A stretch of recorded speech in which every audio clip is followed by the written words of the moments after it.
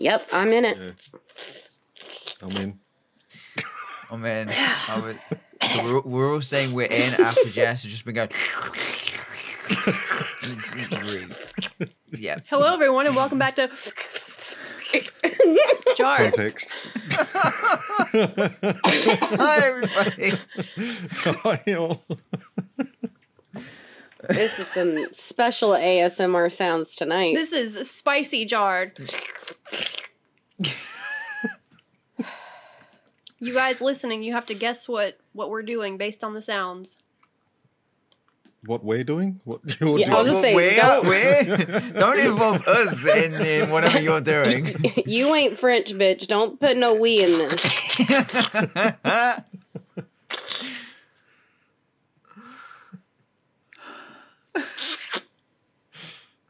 And we are the full jarred tonight. Yes. Yes. Yeah, so if you're thinking about charging us for Ryan's murder, think again, bitch. That's in the future, not now. I said, hey, what? Huh? Yeah.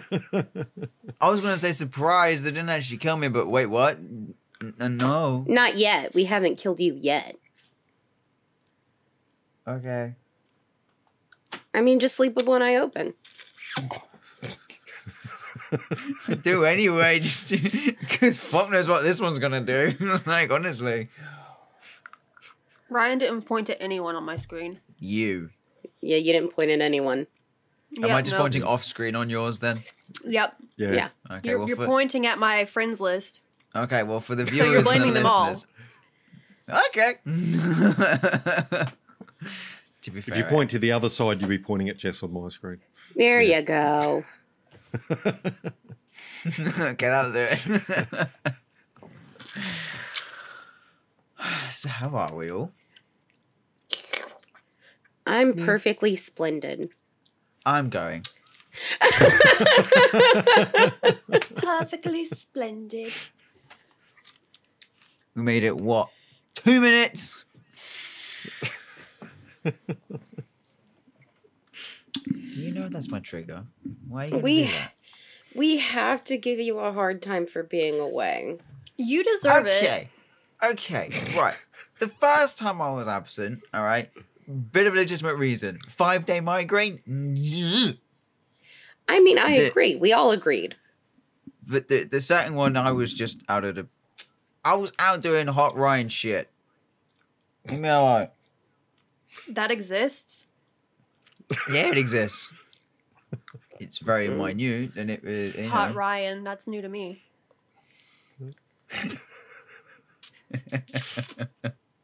Either way, I was out doing some shit that I've been meaning to do for a while. And that's sad. I'm surprised you actually do remember that night. Yeah, me too. We were all talking about it when we met up 2 days later. We were talking about it all, and it's like, shit, I actually remember more than I thought. You know, it was one of these nights when, on the way back, you end up finding yourself in a kebab shop. One of those ones. I've never done that before, so I had some major catch up in all the years I've missed it. But yeah, so no, I'm back. Yay. You sweet, hairy little man. Okay, why out the hairy? What? Why out the hairy? You've been gone. You need to catch up on these roasts. I've been sitting on it. No comment, no comment, no comment, no comment, no comment, no comment. Horny bat. Yeah, Ryan missed a hot 6-pack Baphomet, daddy. I don't even know what that means. Why you gotta throw an intelligent one in there? Sorry, I'm smart and you're not. I keep telling you need to read more. No, I don't know. I can't. No. I know you can't. I know you can't. No, listeners, I can read. I don't think I can't read. I can. Hey guys, my name's Ryan. I'm 25. I never learned how to fucking read. That's why I make up my own words. I have the best words. Oh, that's so fucking I know true. so many words. Yeah, make me worse, and that's why Ryan 19's a true fucking thing. Honestly.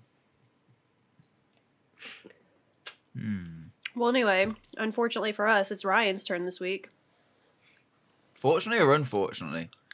Unfortunately. Why is it unfortunately? It's like when you have like a class reading session and everyone's like taking turns like going in line down the desks, and then you get to the like kid who reads really slow and bad, and you're like, fuck, can you please hurry up with this section? Okay, if you've got some criticism for me, Jess, say it off air. No. I don't read slow and bad. I just can't read. But yes, it's my turn. Besides, you're semi-anticipating my one anyway. You're semi-anticipating my one anyway, so... Well, remind us all what you have there, sweet, sweet Harry Ryan. It's a lollipop. Oh, Ryan. Again with the Harry, but thank you. So, Harry. ladies and gentlemen. Prince Harry. Go...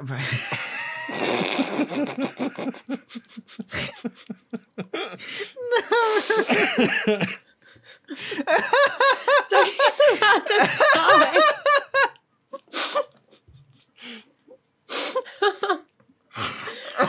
Man, that one hit. All good. Anyway, going back a couple of weeks ago when we finished off my Moore's Murders episode, we were potentially discussing me doing the Madeleine McCann case, and I said that I would do some research into it to see what I thought. Lo and behold, I've done my research. A lot. Considering over the past 2 weeks, obviously, I've had more time to do so, so this pile just got thicker. I have gone over this so many times, it's starting to just look like... A lot of it is looking like gibberish. So I've gone through, I've crossed off a lot, I've highlighted a lot of stuff for me to go through. But yes, I'm going to be doing the Disappearance of Madeleine McCann. Woo! Spreading across 2 episodes. It's not going to be just today. I'm spreading it across 2. I'm splitting it. Now, the way I'm splitting it, today I'm going to be going through the timeline of the main like events and key factors and points from the day she disappeared to the most recent and relevant update, basically. And then my next one, I'm going to dive deep into theories, more evidence on suspects that I'm going to be mentioning today. Yeah, conclusions, all the nitty gritty stuff, and then my final conclusion on it all. Because I know Jess is not happy with me on the basis that I've always thought that it was the parents had some involvement into it. Yeah, not happy. Just I felt like you needed to read into it more. That's all. And now I have. So I've got a lot of theories now on it. So it's a lot of reading. So any points if I say something that you may think is not right or not factual correct, do pull me up on it. So because this is kind of still new to me. Like it's one of the most infamous unsolved UK cases. I mean, it's global, for crying out loud. You said you live near their hospital where they work, right? Correct. They are Okay. a Leicester family. Kate and Jerry McCann, well, Jerry McCann in particular, works at Glenfield Hospital, which is just on the other side of Leicester, which for me to drive is about 30 to 40 minute drive. I actually had my vaccine jab at Glenfield Hospital as well. Well, I say that, or I ask, because I've recently joined a Discord server, and one of the guys in there is it Derby? Derby. And we were talking about the Madeleine McCann thing, and he said he lives like half an hour from where they work or whatever. Yeah. And I'm like, oh, so what do you think about it? And he's like, oh, everyone here thinks the parents did it. I was like, oh. Well, Yeah. I guess we're ending this conversation. Spoiler alert, certain members of my family think that, you know, the parents have involvement in it. Yeah, I guess we'll go into it. I'm not going to dive into too much, like, about them. Some bits that are made, you'll find that I've just skipped over completely, because majority of us know the disappearance of Madeleine McCann. But so I have got some quick recap points, obviously, here. So, okay. Kate and Jerry McCann and their 3 children arrive in Portugal for a holiday at the Ocean Club complex in Praia da Luz. Have I pronounced that right? Praia da Luz. Thank you. In the evening that follows, the couple join other adults in dining at the resort's tapas restaurant, roughly 50 metres away from where the McCann's children were sleeping. On May the 3rd, 2007, is the day that Madeleine McCann disappeared from said hotel. So I've got on this day, I've got specific timestamps. Now, I have got some timestamps from the morning itself, but I'm going to hold those until my second episode, because they're going to go into some more theories and some more facts that I've got going on about it. But at 8:30 p.m. on said day, Kate and Jerry leave their apartment and go to the tapas restaurant 50 meters away from where they were staying to eat with 7 other friends that they went on holiday with.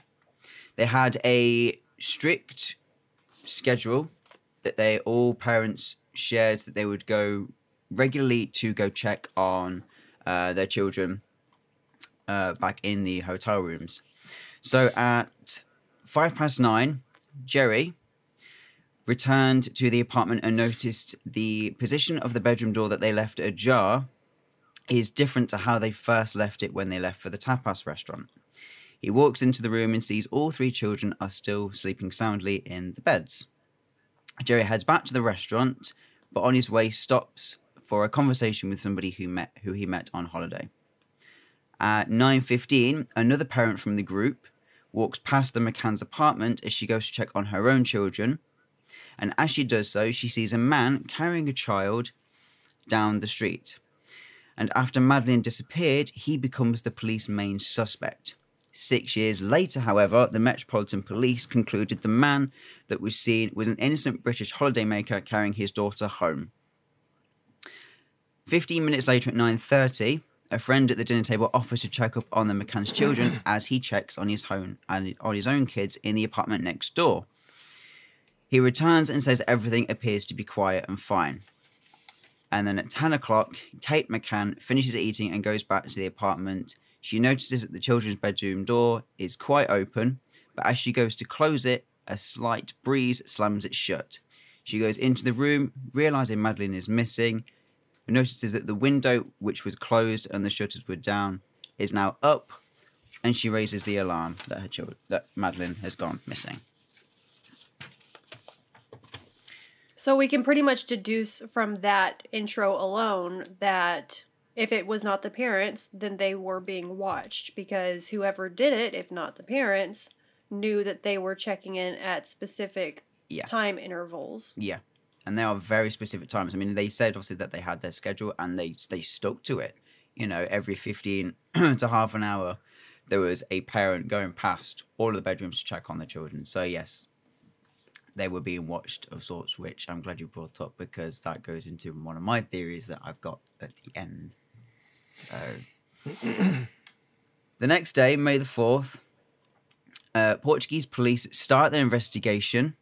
The McCanns make a impassioned appeal for information, with Kate holding Madeleine's favourite toy, Cuddle Cat. Jerry says, quote, "Words cannot describe the anguish and despair that we are feeling as parents of our beautiful daughter Madeleine. We request that anyone who may have any information relating to Madeleine's disappearance, no matter how trivial, contact the Portuguese police and help us get her back safely. Please, if you have Madeleine, let her come home to mummy, daddy, brother and sister." End quote. May 5th, Portuguese police reveal they believe Madeleine was abducted, but is still alive and in Portugal. The week later, on May 14th, detectives take Anglo-Portuguese man Robert Murat in for questioning and make him an official suspect. Now, I looked into Robert Murat. He does come up obviously later on. Now, the reason he became the first official suspect into the case is because, if my notes are correct, he became a translator for the Portuguese police because he spoke fluent Portuguese and obviously English because he is, I think he grew up in Norfolk, if I remember reading that correctly. And suspicions were raised when he was asking too many questions to the police about the case. Not only that, obviously with media pressure, public pressure, they kind of felt like they needed to kind of narrow down a suspect pretty soon to get on top of it. You'll probably, you might mention, I don't know, is he the one that like lived with his mom near the resort? Okay. Correct. On May 30th, Kate and Jerry McCann meet for the Pope in Rome in the first of their series of trips around Europe and beyond to highlight the search for their daughter. I don't know why, but that kind of annoys me. I don't know if I'm speaking out of line there. I don't see it has any relevance. Like, I get it. Obviously, it's going to get the attention. But I already feel by this point it already had enough attention. But that's just my opinion on the matter anyway. Jumping ahead to August the 6th, a Portuguese newspaper reports that British sniffer dogs have found traces of blood on a wall in the McCann's holiday apartment. August the 11th, exactly 100 days after Madeleine disappeared, investigating officers publicly acknowledged for the first time that Madeleine could possibly be dead. September the 7th. During further questioning of Mr. and Mrs. McCann, detectives make them both suspects in their daughter's disappearance. And this is where I dug deep into a little bit more. So, the reason they were announced as official suspects is due to the blood that was found, obviously, in the holiday home and in the hire car that they had on holiday. But, Jess, you may be able to correct me on this one because I don't know if my notes are 100% correct on this matter. But they hired the car 24 days after she disappeared? Or did they have it whilst they were already there? I can look it up real quick, but I thought it was after. Yeah, my notes say they had it after, but to me, I don't know why, but that didn't make sense to me. But I guess obviously because they were staying there, they would need the transport. Well, they probably didn't hire a car to start with because they weren't going to be there. Because they weren't going to be there for so long, no. So it'd make sense to hire it afterwards. Yeah. But yeah, so their car was obviously searched as well as part of the investigation.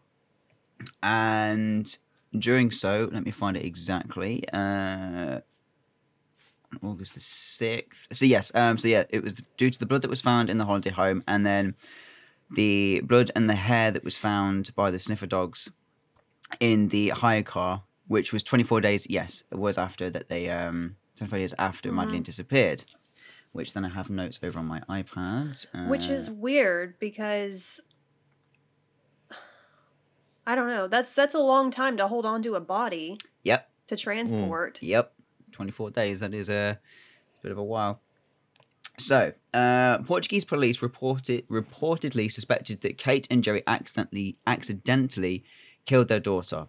It was suggested that they had given the 3-year-old a sedative so that she would sleep whilst they dined with some friends at the tapas restaurant. When they returned back to the holiday home, it was alleged that they hid the body and faked Madeleine's abduction. They were accused of hiding her body in the boot of their rented car and buried her weeks after the investigation started. Cops allegedly believe that this explained the sniffer dog's reactions when inside the home and vehicle.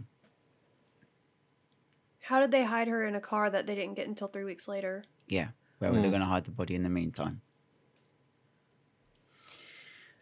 Let me just make sure that's not for this and that I'm not completely missing it overall. What were the time intervals that they went? Was it every 15 minutes or every 30 minutes? What was it? It was kind of staggered. It was in between. Some of it was 15 minutes, some of it was half an hour. But there was a no longer than 30. No longer than 30. No. Shortest interval was 10 minutes, but the longest was 30.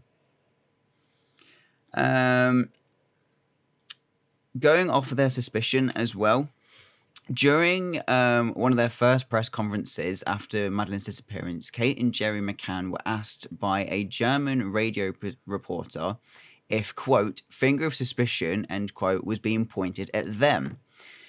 She said, quote, how do you feel about the fact that more and more people seem to be pointing the finger at you, saying the way you behave is not the way people would normally behave when their child is abducted, and they seem to imply that you might have something to do with it, end quote. Both parents immediately denied the accusations. Kate McCann replied with, quote, to be honest, I don't think that is the case at all. I think there is a very small minority of people that are criticizing us. The facts that we were dining very close to the children and we were checking on them very, very regularly. You know, we are very responsible parents and we love our children so much. I think it is very few people that are actually criticizing us, end quote. Jerry McCann said he never heard anybody considering them as suspects. There is absolutely no way Kate and I are involved in this abduction. I don't like Jerry, just as a whole. Because there was another interview that he had, and I don't know if it was with this German reporter or not, or if it was with somebody else, but his body language. And then there's been a lot of what's the word? Analyzation anyway of his body language during this interview, because the way he reacted when the certain reporter asked him outright, "Did you kill your daughter?" And his body reaction and his body language determined the opposite of what his answer was. And ever since then, and I know a lot of people I've spoken to over here have all pretty much quoted that and said that was their defining moment when they thought that he had some involvement into it. The way he was rambling, the way he was talking, the way he was acting, and then the way Kate was looking at him as almost if to say out of the corner of her eye, will you stop talking? I can't remember which interview it was. I cannot remember for the life of me now. I didn't write it down. The interesting thing about how people, guilty or innocent, conduct themselves in interviews is like, it's not a wonderful indicator. It's not a foolproof indicator for sure. I mean, look at the Amanda Knox case, if you guys are familiar with that one. I mean, she was found, well, they tried to find her guilty of murdering her roommate just because she acted weird. Like, you can't convict someone because they act a certain way. You never know. I mean, none of us, I don't think, have ever been in that situation where it's like reporters, you know, being in front of a TV camera. Like, you don't really know how you're going to act in that situation until you're in it. And I watched a guy who, I can't remember his official job title, but he was some sort of investigator, and he literally analysed this whole video for his body language, and he broke it down into its bare essentials. Like, when you go through a TV report, sometimes you'll know the questions. The crew and the people who are being interviewed and the reporter all know what questions are going to be asked, but sometimes they can throw one in off the fly. And this reporter, the one where she just outright asked, "Did you kill your daughter?" was one that was just thrown off in there, and everybody was caught off guard. And it's one of those ones, I mean, we've all been in that situation when we have been caught off guard with something and you don't know how to act and you don't know what to say. You sometimes mentally prepare yourself for something that might come up, but you don't know how to rehearse your body language, or vice versa. You can rehearse how your body's going to be, but you don't have the answer in mind. If I do find that video, I will link it. Because I think if I were ever in that situation, I would be fucked. I would be absolutely fucked.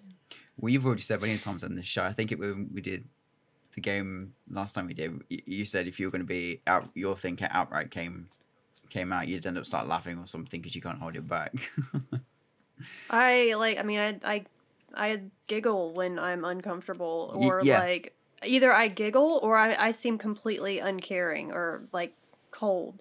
Like, I would be so fucked if I were ever in a situation where someone I loved went missing or was murdered or something, because I would just... The way I react to shock is I seem like a robot. Yeah. You just shut off. Yeah, just shut down completely. Yeah. You're getting nothing from me. Yep.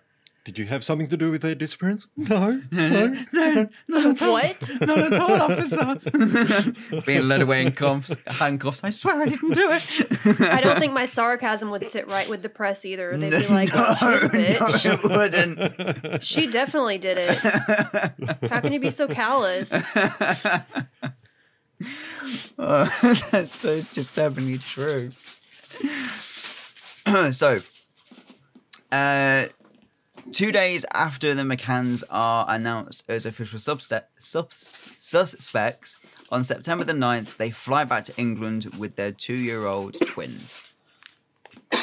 Jumping forward to October the 2nd, Goncalo Amaral, I think I hope I pronounced that right, the detective in charge of the inquiry is Inquiry. Inquiry.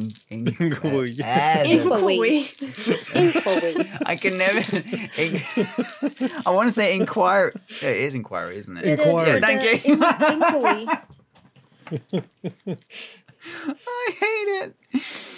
He is removed from the case after criticising the British police in a Portuguese newspaper interview, and his name will come up a bit more further down the line. Jumping ahead to 2018, March 19th, Kate and Jerry McCann accept a £550,000 liberal damages and front page apologies from Express newspapers and allegations that they were responsible for Madeleine McCann's death. This is also the same year that Portugal shelved the investigation.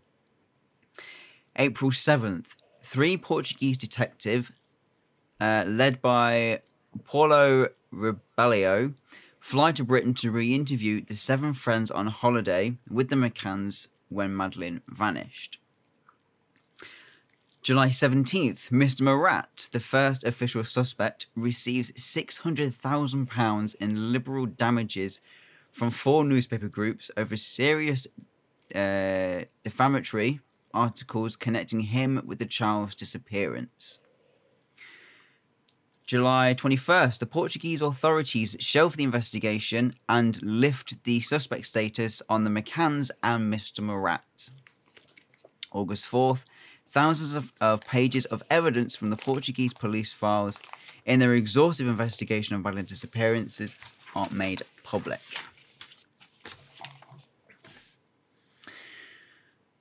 October 16th of the same year, in quotes, the Tapas 7, as they're called, which are the McCann's friends that they're on holiday with, win a £375,000 in liberal damages from Express newspapers after articles were published suggesting they had lied about Madeleine's disappearance.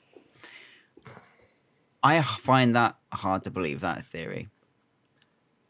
I don't see a way you could convince 7 friends to all lie about the same thing. Especially something like that. Someone's going to cave. Someone's going to have a pothole somewhere. It's not going to hold. It's not going to hold together. The thing about that many people is that no matter what lie you have rehearsed, it's them plus 7 friends, so 9 people in total. Is that right? Yeah. No matter what story that you have fictionalized or rehearsed as a means of, getting one over, someone is going to tell some part of it differently. Yeah. Whether it's a single word or there's a phrase, something is not going to line up with what everything else or everyone else is saying. Yep. There would be bound to be at least one inconsistency. Yeah. At least Right. one. Yeah. Right. Yeah. So for that many people, for 9 people to all have the same story down to the last detail, that's almost statistically impossible when you're talking about Lying. criminal Yeah. situations. Yeah. Something is There's always going to be some difference. Yeah. If someone's lying. With something as big as this, there is no way, no matter how long you rehearse it for, it's Right. It's not going to work. 2009. On January 13th, Jerry McCann returns to Portugal for the first time since coming back to the UK without his daughter. March 24th, the McCanns launch a localized new appeal for information focused in the area in the Algarve. If I pronounced that right? We'll find out. No idea. Someone will tell me off. Where Madeleine McCann disappeared. 4th of April, Jerry helps film a reconstruction of the events on the night where his daughter vanished. What I don't get is why did that take so long? Why was that not done sooner? Why did it take him 2 years to reconstruct the whole event? I don't know why. That bugged me when I found it out. I understand, obviously, investigations take their time, but still. April 22nd, the McCanns fly to the US to record an interview with Oprah Winfrey to mark the 2-year anniversary. On June 14th of 2009, dying paedophile Raymond Hewlett says he was in the Algarve when Madeleine McCann disappeared, and he has an alibi, but has no plans to reveal it. Now, this source I got from the Mail That's not an Online. alibi. Yeah. The only way he would reveal it was if the family paid him, in quotes, thousands of pounds. That's it. Was it? No specific amount. Nothing like that. He was literally saying, yeah, I was there. I've got an alibi, but I'm not going to tell you unless you pay me. Actually, obviously, that's just a cash grab. Yep. So it was denied. Obviously, he was brought in for questioning before he died. But obviously, he wouldn't speak because they wouldn't pay. So they denied it. And that was that. So yeah. If you're dying, what are you going to do with all that money? Exactly. So yeah, cash grab. All right. Not that one, because it's irrelevant twaddle. And his alibi would be like, I was at McDonald's. Yeah, it wouldn't be solid concrete. Okay, 2010, February 18th. Kate and Jerry McCann say they are pleased and relieved at a judge's decision to uphold a ban on a book by former detective Goncalo Amara, who was the lead detective in the investigation. 5 years later, he will be ordered to pay the McCanns £428,000 in liberal damages. There's a lot of money flying around in this case, so I do have a total near towards the end. Good. March. Amber, wasn't he the scumbag? Sorry, Ryan. No, that's okay. Do you remember the What'd you say? documentary? They were talking to the, I think maybe it was him for the Portuguese. Wasn't he like the shady dude? Yep. I do think you're right. It's been a while since I've seen that documentary, but I do think you're right. I think he was the one that was super eager to paint the parents as the Yup. suspect from day one. And it seemed like he was doing everything he could to prove that they did it, no matter how shady it was. Mm-hmm. So that sounds good. Right. Fuck him. Yeah. If I'm talking about the right person. If I'm not, then I'm sorry. Yeah, you are. You're talking about the right person. On March the 3rd, a newly released file from Portuguese police on possible sightings is called, quotes, gold dust, and could lead to a breakthrough, says a spokesman for the McCanns. Jumping right ahead to November the 10th, McCann's parents launch an online petition to help force a UK and Portuguese joint review of all evidence in the case. 5 days later, the McCanns signed a deal to write a book about their daughter's disappearance. 4 years later, in 2011, May the 13th, the Prime Minister, David Cameron, Prime Minister at the time, David Cameron, asks London Metropolitan Police to help investigate the case. And then at the end of the year, in November, Kate and Jerry McCann appear at the Leveson Inquiry into Media Ethics. They tell how media pressure affected their family life and accuse newspaper editors of hampering the search for their missing daughter. Kate McCann says she felt violated when her diary was published without her permission. I remember that coming out. 2011. I remember that hitting the news when her diary came out. And that was I think, it sounds really bad, but that was the first time I know they lost their daughter, but that was the first time I truly felt sorry for them when that happened. Because of the scandal and the shit that came out with it. Yeah. And then right at the end of the year, in December, Scotland Yard detectives spend time in Barcelona as part of their re-examination of the case. You got a lot of people on this now. 2012. In March, Portuguese police in Porto launch a review of their original investigation.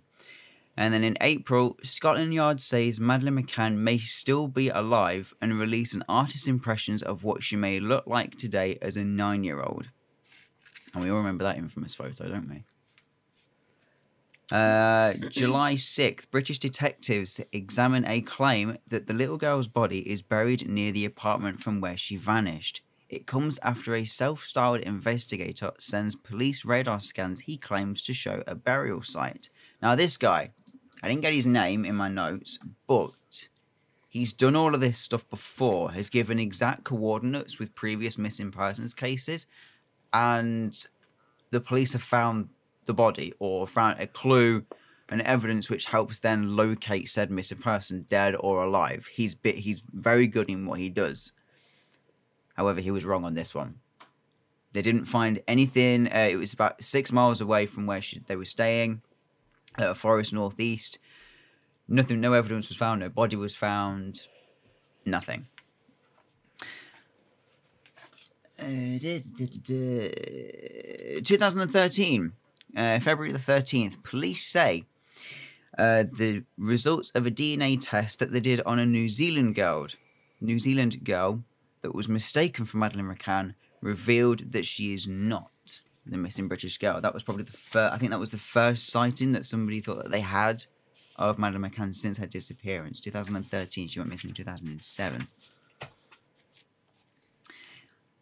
On May the 17th, Scotland Yard say they have identified a number of people of interest that they wish to speak to. Officers believe they have found enough evidence to reopen the case again, but the Portuguese authorities are still resistant. On June the 5th... Sorry? Of course. Yeah. On June the 15th, the Home Office agrees to fund a full-scale investigation by the Metropolitan Police. And then October the 14th, a fresh appeal is launched in a bid to find a suspect detectives say is of vital importance. The two new separate e-fits, thought to be the same man, seen on the night Madeleine went missing, are released by the police. And then on October 23rd, Britain's most senior police officer, Sir Barnard Hogan Howe, I think I pronounced that right, I'm hoping I did, defends the way the Portuguese police dealt with the initial investigation into Madeleine's disappearance, saying it would have been, quote, very difficult to immediately know if they were dealing with a serious crime. At the end of the day, a missing child is a serious crime. I was about to say that, but okay. Yeah. Go off, Bernard, but yeah. Any missing persons case is a serious crime, let alone a child. Yeah. The next day, on October the 24th, detectives in Portugal reopen their investigation into Madeleine McCann's disappearance after an internal review uncovers new lines of inquiry. And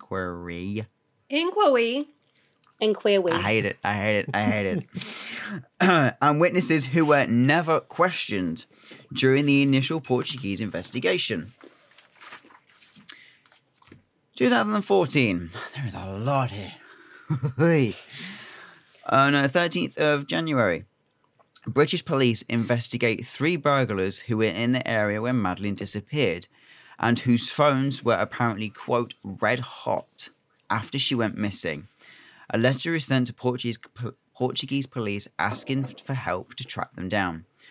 Sky News crime correspondent Martin Brunt said mobile phone records show the men made numerous phone calls to each other in the hours and minutes after Madeleine McCann vanished whilst on their family holiday. He said Scotland Yard detectives, among many other things they did part of their new review of Portuguese case, have examined mobile phone traffic, and what's emerged is that there was an extensive use of mobile phones by the three individuals in the minutes and hours after Madeleine disappeared. They were suspected of burgling one or more apartments in the block where Madeleine and her family were staying in the days before her disappearance. Madeleine went missing within minutes, the phones of these suspects were red hot. They were talking to each other an awful lot. However, this was all later dropped. Yeah, that always bugged me as well. 2015. On October the 28th, the number of police officers devoted to the investigation was reduced from 29 to just 4. 2016, April 3rd. Then Home Secretary Theresa May grants Scotland Yard £95,000 in extra funding to continue the search for Madeleine McCann. 2017, January the 31st. Kate and... No, I'm getting back to that one. No, save that one, Ryan. Save that one.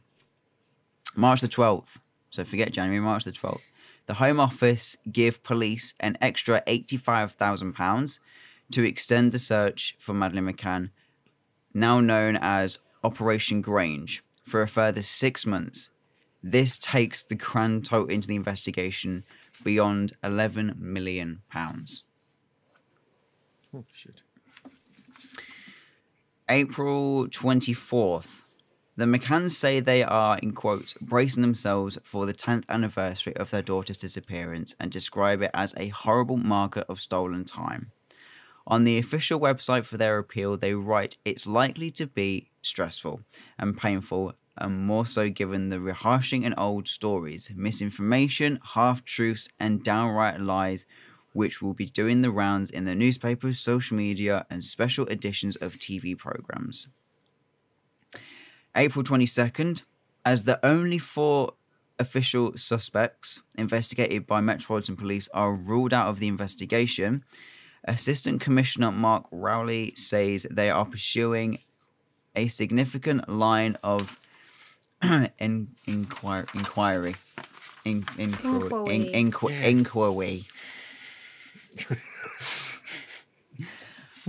2018, in November, funding for a further 6 months into the investigation is pumped into the disappearance of Madeleine McCann, of which is approved by the Home Office. Jumping right ahead to 2019 in March, that's when the 8-part Netflix series is released about Madeleine's disappearance. Now, I haven't watched this yet. I will be watching this before my second part because I literally just stuck to articles, news reports, fact sites, just everything first, just my first one, but I will be watching the documentary, providing it's still on Netflix, before my... I think it is. I think it is. I think it's a Netflix documentary. So... It is. Yeah, but sometimes they do like limited series. Either way, I will find it and I'll be watching it before my second part. Jess, you've already seen it, haven't you? Yeah, that's Several what me and her times. were talking about. Yes, sorry. June the 5th, the Home Office says they will continue to forward Operation Grange, the Met Police investigations into Madeleine McCann's disappearing, until March 2020. Speaking of 2020, let's roll into it. This is when a prime suspect emerges. June the 3rd, it is revealed that a German paedophile in prison has been identified as a key suspect into Madeleine's disappearance. A spokesman for Kate and Jerry McCann say it is the most significant development in 13 years. The suspect is linked to an early 1980s VW camper van, which was pictured in the Algarve area in 2007. Scotland Yard says he was driving the vehicle in the area days before Madeleine disappeared. The 43-year-old suspect is serving a prison sentence for sex crime and has 2 previous convictions for sexual contact with girls. On June the 4th, German prosecutors say that they believe Madeleine is now dead and police are treating her disappearance as a murder investigation. It emerges that the prime suspect, who is named as German drifter Christian B., allegedly confessed to his part of Madeleine's disappearance to a man in a bar. They were sitting in a German bar when a news report about Madeleine's disappearance came on the TV. Christian B. allegedly said something to suggest he was responsible for her going missing. Later, he showed his companion a video of him raping an elderly woman, an American tourist, in Portugal in 2005. Ugh. Why would you do that to anybody? Why, let alone do it, but then why would you show somebody a video of you doing it? Just... Anyway, that prompted the informant to then call the German police to alert them to the suspect around the time of the 10th anniversary of Madeleine's disappearance. He was already in jail in Germany and being investigated for alleged child sex abuse crimes. Christian B. was convicted in 2019 of the rape in Algarve and jailed for 7 years. German police say that the suspect has previous convictions for child sex abuse. June the 10th, it emerges that Christian B. has now been moved into a single jail cell for his own protection at a prison in... let's hope my German's on point. Schleswig-Holstein. Germany's most northern state. Oh. And that's that. That's it from my Yeah, notes on my part maiden one. name is German, but I couldn't help you there. Sorry, friend. That's fine. If anybody who can speak German, if that was anywhere near on point, I deserve fucking brownie points for that one, honestly. Or that and inquiry. Inquiry. Inquiry. I have a couple of things I do want to mention I've been holding back, but so in terms of that detective, the Portuguese detective, Yes. I just want to say that he gave me really weird vibes on the documentary. Mm-hmm. Very shady, very, and you know, when you have it set in your mind that someone did something without, you know, there really being proof from the beginning that they did it, you will go out of your way. You have kind of a tunnel vision, you know, like you're going to find whatever you can to make it fit. Yeah. Make it fit whatever your narrative or whatever your belief is. So that's what I think happened with him, and I think that that's very dirty and crooked police work. Mm-hmm. But bypassing the absolutely abysmal crime rate in Praia de Luz, first off, and the shoddy police work, this case also has something very, very obvious, I feel like, in common with Jean Bonnet's murder. Aside from it being a young blonde white child. Amber, you look like you know what I'm getting at here. Do you know what I'm going to say? Go ahead. The crime scene was not secured. That is going to be horrible in editing, Ryan. I'm sorry, but It didn't even. I through heard on- it in my house. I didn't hear it on the mic. I didn't hear it on mic, which So- means it's really loud when I'm editing. yeah, sorry. Yeah, But yeah, that's the crime what. scene not secured. They had the McCanns and their 7 friends trampling all through that apartment, and they just let it happen. Yep. I mean, you've got contamination of whatever evidence is there. Things. I mean, you just don't know what's evidence and what's not. If someone walks into that apartment with, you know, dirty shoes on, and it's just one of the friends, how do you know, if you're a cop, if that footprint came from the friend or if it came from the kidnapper? Yeah. And very much like, you know, my case, you know, there there are people that get tunnel visioned on one certain theory. I know that I tend to be prone to be tunnel vision on a certain theory, but I also know that there are other theories that where it could go, you know, this way, that way, and backwards. So, yeah, those are... I don't know. I don't know that we will ever figure out in our lifetimes what's going on with the Madeleine McCann case or John Benet. I hopefully feeling a lot more hopeful for Madeleine McCann because, you know, she went missing at a very, very different time. Yeah. You know, but I feel like I missed a note somewhere. I remember reading it earlier before we started. And I've just suddenly realised, I was like, I didn't actually remember saying those words. I'm just trying to find it. Talk amongst yourselves. Talk amongst ourselves. Are we doing that right It's now? like the, sure, like the teacher I gotta in the classroom. Yeah. I gotta pee real bad, Yeah. but I can't move. Well, you're not going to want to pee because if we're talking amongst ourselves, then I do have a laundry update, Amber.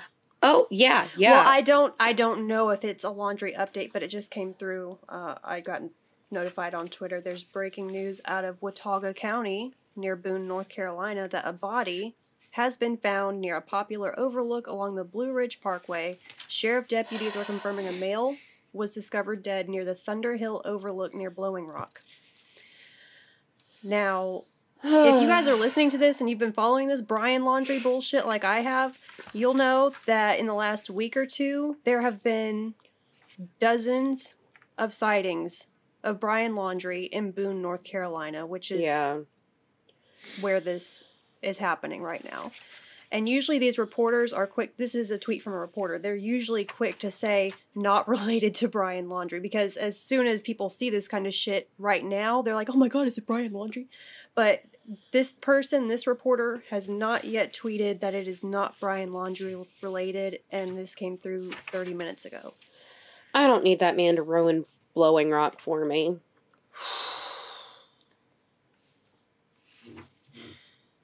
I hope it's not him. I will shit a brick if it's him. Okay, I swear to God, I highlighted it. Well, I mean, you can always come back to it in your second episode if you feel so inclined. I mean, yeah, to be fair, it was going to almost segue into my theories for part 2. But I'm just annoyed because I wanted to make a specific point about it. Fuck. We should have used a different colour highlighter. I should. Rather than the same colour that the ink's printed on. Anyway. Yes. Yeah. Well, I think you've done a stellar job so far. I'm very excited for your part 2. So am I. I don't know what I'm doing. No, thank you. No, I like I said, now that I have educated myself on key facts and key points. I mean, there's a lot of notes in here, but a lot of them I have literally just whacked across next to it because it is what I would call irrelevant twaddle. Like, they're just some facts that if people were doing their own research into this would find, like, interesting or important. Like, okay, I can't find them now. But yeah, there were some bits in there that just weren't relevant into specifically what I'm looking for. But now I feel much more educated about it, enough to start having a different outlook and a different theory on, the parents did it. I'm now branching more towards... That is the only thing that we ever asked, was that you do your own research and come to your own conclusion. Yes. I, for one, am very proud of you. Don't be shaped by public hysteria, the media, the news. Don't be, come to your own conclusions, people. Speaking of which, though, my resources. Fuck me. Sky News was my number one resource. Other than that, I had the Mail Online, the Express, a lot of main tabloids. I also had... Where's my history?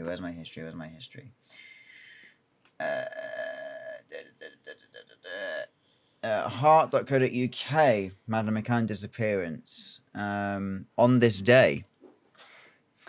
The Sun, BBC News, and nowtolove.com. That was some of my theories. And then other than that, it was literally just searching certain quotes, like the Tapas 7, certain key suspects that led me to other articles as well.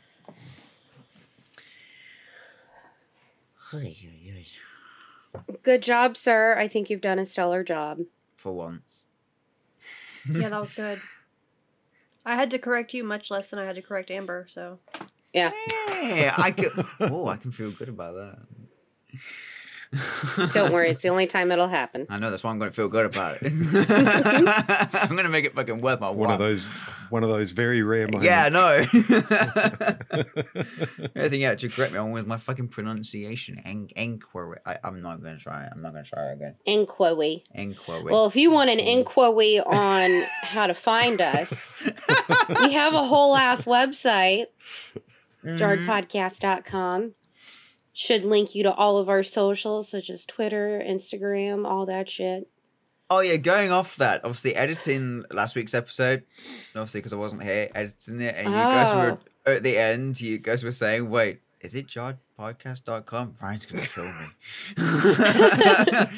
I sat here listening to it, and I was nodding along going, yep, it's right, don't have to kill you. I wouldn't even try it anyway, but yeah, you're right.